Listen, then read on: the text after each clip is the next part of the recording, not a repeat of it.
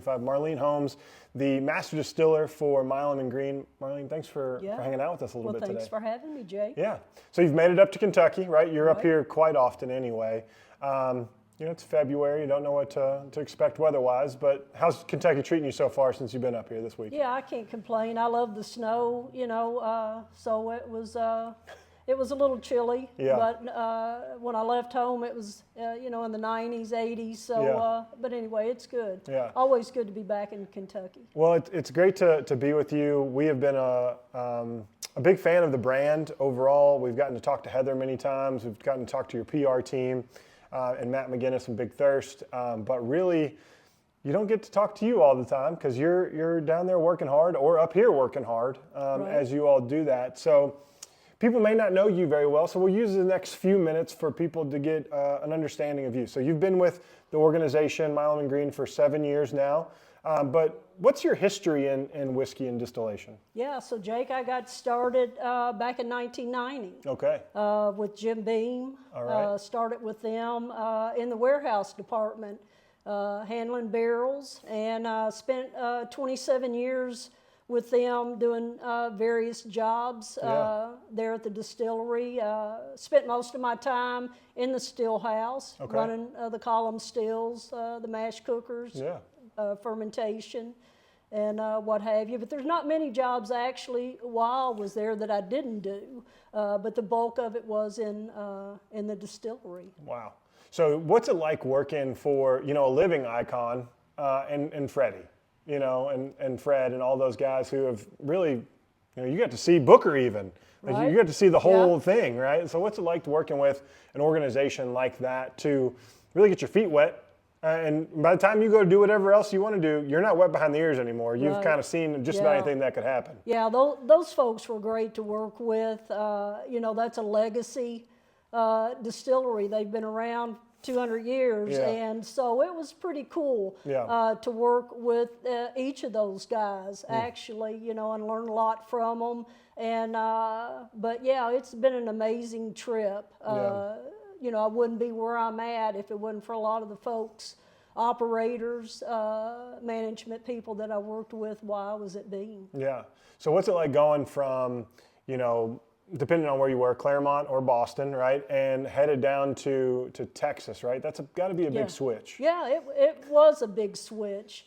But when I went down and met the folks there in Austin and had my interview with them, I felt really good about the people that I met, the operation. I was told it's a small operation, pretty bare bones, and it is. But we've grown, we've expanded since then. The last 7 years. But it's a big difference. You wear a lot of different hats. Yeah. When you're with a craft distillery, you do the maintenance, you do the quality control, safety, operations.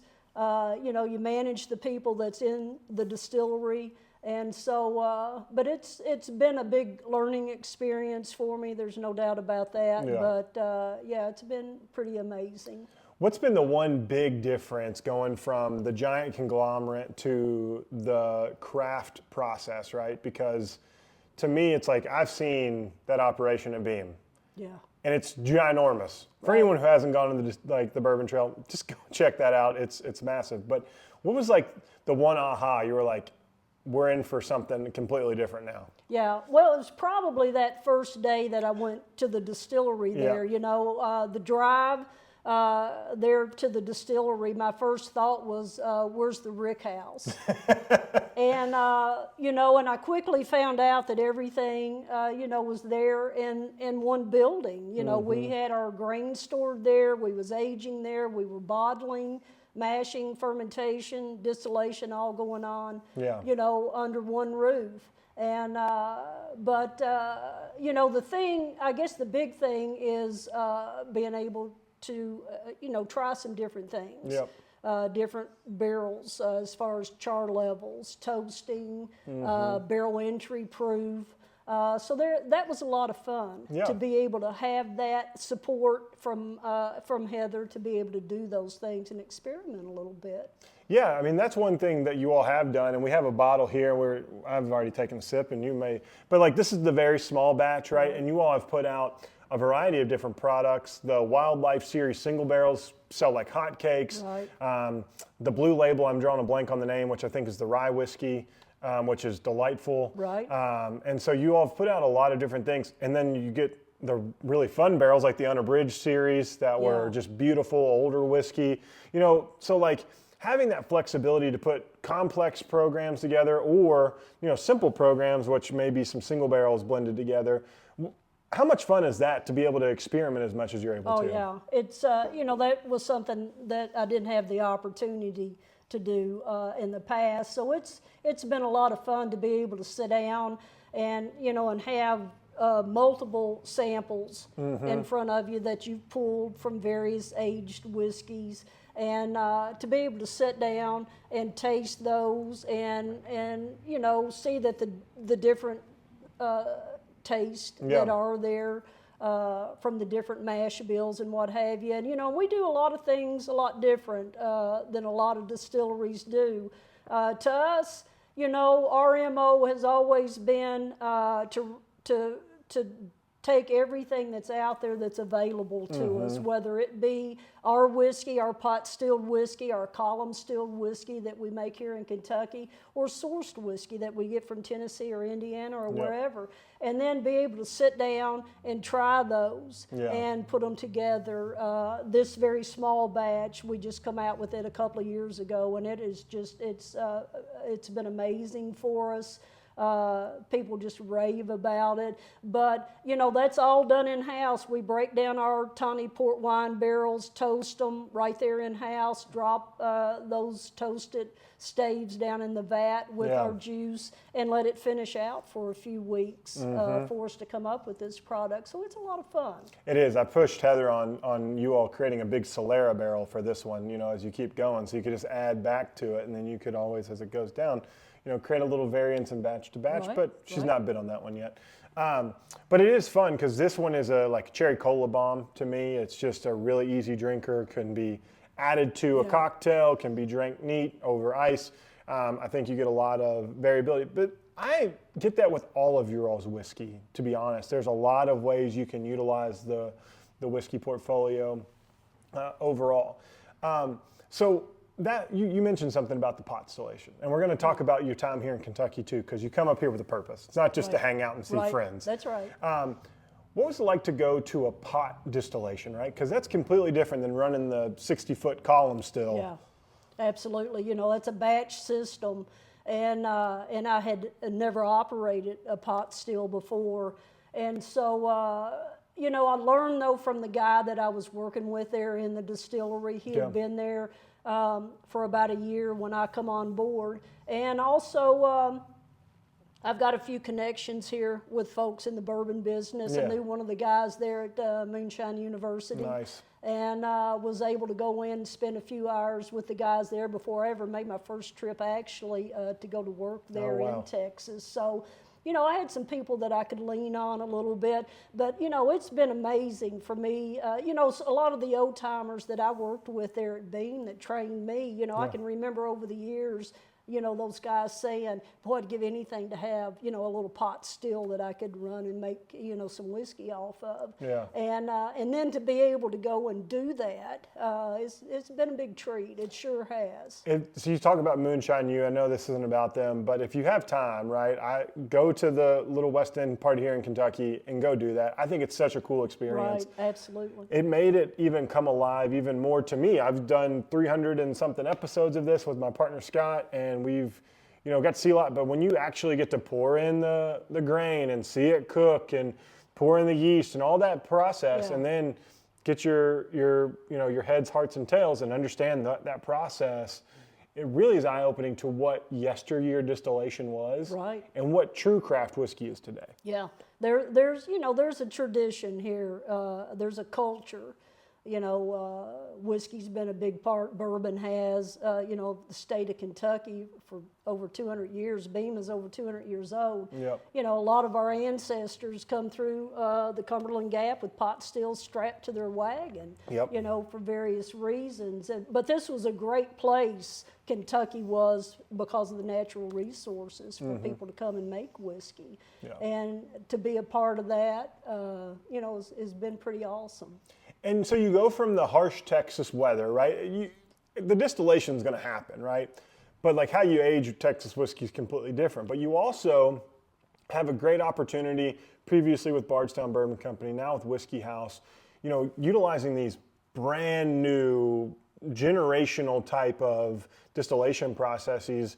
What's it like to go and be able to tinker with that type of equipment to be able to put down some of the best quality Kentucky bourbon has to offer? Yeah, it's I really enjoy it. One of the guys that went with me down for one of the trips a few months ago, they asked me where the offices were, and I'm like, I don't even know. I've been here multiple times.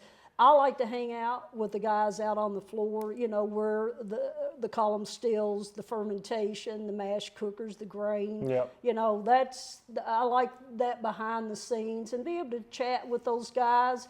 And they're very open. That's one of the things, that drew me in to this business originally was just that family mentality that people have, the openness that they have. If you've got questions, they're willing to answer and help in any way that they can. Well, I think that's the beautiful thing about the whiskey community. We talk about that term, I think, really loosely, but whether you see, the collapse that happens at Barton over the years, or what happened at Heaven Hill, or what even happened at Jack Daniel's, people will reach out and lean a hand into the whiskey culture. And it's always about learning, continual growth, which is a really great process because I think everyone stands on someone's shoulders in this industry. Right, yeah. We, I remember the big fire there back in the 90s at Heaven Hill, and within a couple of weeks we were making whiskey for those guys, for a few months until, they got their production site squared away and all. But that's just the way, that it's been. You reach out and you help one another, and but then at the same time, there's a lot of competition. 100%. Between those, you go to the Bourbon Festival, and you go to the barrel rolling contest. That's like a sport. That's like sports teams competing against 100%. One another. Folks take a lot of pride on wearing their distillery name. And you can see that pride in folks. It is. I think that it is a very prideful thing. Like, not in a bad way. It's you can see that this means something to people. Even if they come from out of state, they really quickly get a sense of place from the idea of Kentucky, right? What it is. And so now you take this uniquely Kentucky background that you have and distillation you're putting in here, and compare that to Texas whiskey. For some people are like, I can't do Texas whiskey. So how do you find a balance working with Heather and the team to mingle the two? Because you have a really abrasive climate, but can be hot and cold real quick. And can do a lot of extraction to the barrel, but mingle that with the equally as harsh, crazy climates of Kentucky, right? How do you mingle that and create a balance to drink a really nice, balanced profile from a whiskey perspective? Yeah, we don't try to harness the weather down there. We just work with it. It is what it is, So, but we pull a lot of samples. We taste a lot. We're 8 years old. And so we pull a lot of samples. Everything we do, we taste as we go along. So, and that's a big part of it, is just to know, we've got our feet underneath us. We know what the whiskey's going to do in those 53 gallons, 30-gallon barrels. That's about as small as what we use there. But, we know what we like and what we don't like.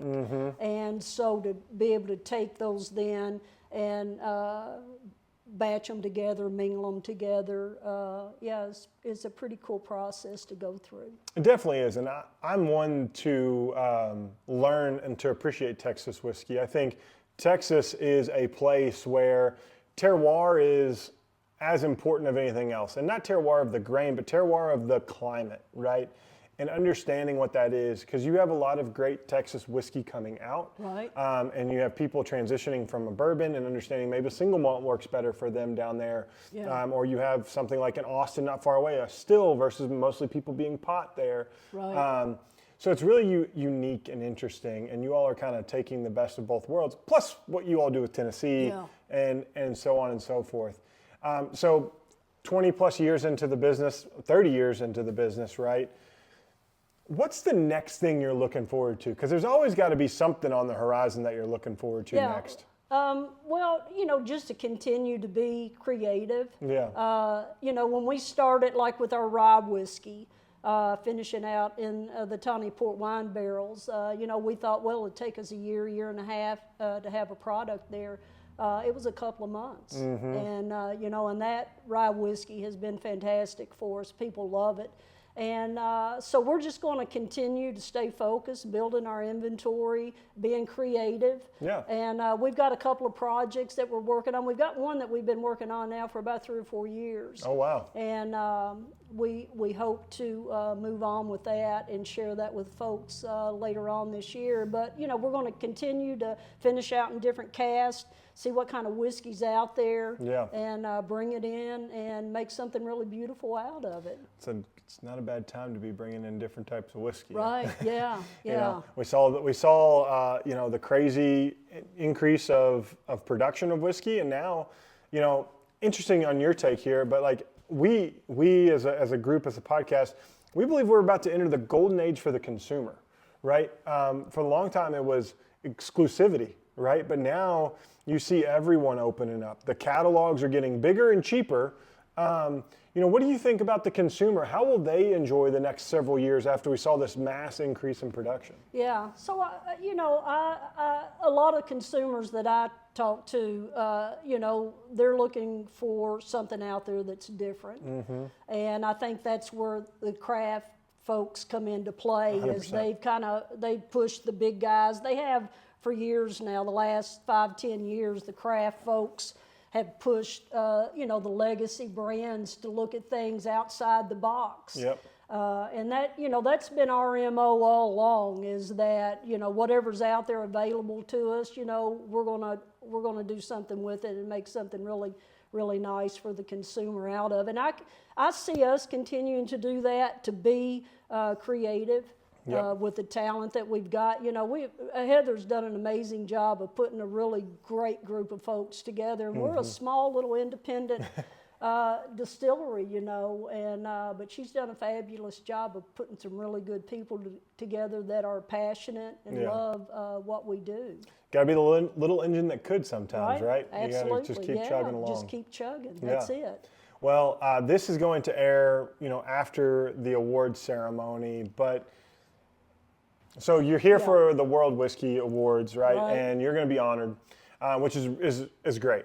And so for you, as you think about this and reflect on your 30 plus years in the industry, what's it like to be able to say, like, people, or be able to think that people recognized, your work? Because like you mentioned early on, you've been behind the scenes.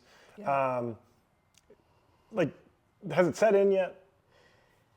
It's starting to. It really has. The last couple of weeks have been pretty busy. When Heather and Sharon called to tell me about it, my feelings and emotions were like all over the place. It's like, well, I didn't get into this business dreaming in a million years that, at some point I would be. Yeah. I just, I loved what I did and had fun at what I did. And, to me, people ask me, well, how much longer are you going to work? And I'm like, to me, this is not work. Yeah. This is doing something that, I love to do. And I guess it is really an honor. It really is, because I looked at the list of people that, are already... have already been honored like this, and I'm like, wow, to be in that company, with the talent and the people that are there, it's pretty amazing. It's very amazing. Well, I mean, it's so cool because I'm just so glad they don't focus on one spot. They open it up to everybody in whiskey, whether you're a contributor or someone who has been behind the scenes, kind of working and doing, just having fun, right? What do they say? The old adage is, if you're having fun, you've never worked a day in your life. Right. Right. Yeah. So, I mean, I'm sure there's some days where it felt like work, especially in Texas heat. Sure. Absolutely. But yeah. you know, it's I'm sure it's kind of nice to be able to be Yeah. like, that's pretty cool. Yeah. Well, you know, the reward to me is, you know, I get off work in the afternoon. I've got my Milam Greene T-shirt on. You know, I go to the grocery, run an errand, and people, you know, will stop me in the parking lot or, you know, in the store, and they're like, I love that whiskey. You know, that's my go-to whiskey. And so that, you know, to know that people enjoy it and appreciate, you know, what you're doing really means a lot. No, I think it's really cool. And, you know, there's a special moment that we will share that no one else will. And I'm excited for you. Well, thanks. Because Thank you. It's really cool. Not everyone gets this opportunity. Not everyone gets to just do what they love to do. Yeah. And you can tell it's a passion of yours. Yeah. Which is really cool. Yeah. So if you were to give one piece of advice, right? You got to always ask the people that are ahead of you. One piece of advice for the next generation of whiskey talent. It doesn't have to be male or female, because the fact that we think about that in the whiskey industry anymore, there are so many talented females. I feel like they outrun the males 10 to 1, like, because that's how I see the whiskey industry, is that there are so many talented females really kind of laying the groundwork. But what would be the piece of industry or piece of thing if you were to go to James B.B. Institute and talk to the next generation of distillers? What would be the piece of advice you'd give them? You know, just hang in there. You know, learn all you can. Yeah.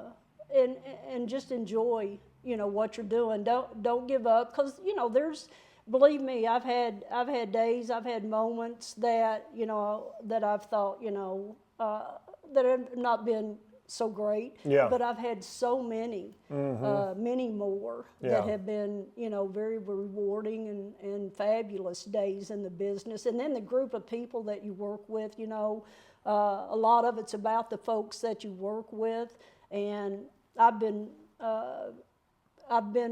very lucky. I've been fortunate, blessed to have met the folks that I'm working with now. Yeah. And you know, if you've got an opportunity, take that opportunity. Yeah. Check it out. You know, when one door closes, another door opens. For sure. And just hang in there. Have a good time with it. Stay curious, right? Sure. Yeah. Absolutely. Right, yeah. Push the boundaries. Yeah. It was the curiosity that I had about the equipment and all that, you know, kind of lured me into it to begin with. It's like, how can only like so few people, you know, run this big equipment and, you know, make the product that they do. And we all get to enjoy it, because you all get up early. Start that thing running, and we get to you know, enjoy it on the back end. So appreciate all you have done for the whiskey industry and for the time spent with me. We want to give a shout out to Hollyhock Sweets for allowing us to have this conversation in a beautiful suite. Absolutely, it's fabulous. Yeah, this is really nice of Kristen. I appreciate her. Yeah. And the crew behind her allowing us to step in and spend some time here. Yeah, definitely. So if you're in Louisville and you're looking for a place to stay downtown, you got pizza right next to you. You got the convention center. It's a great place to stay. And thanks to Milam Greene for, you know, sponsoring the pour, since they gave us this bottle of the very small batch. And I want to say cheers to you. Cheers. Because this is a great pour. I always love to pour this out when people are looking for something new. And congratulations again. Until next time, everybody. Cheers. Cheers.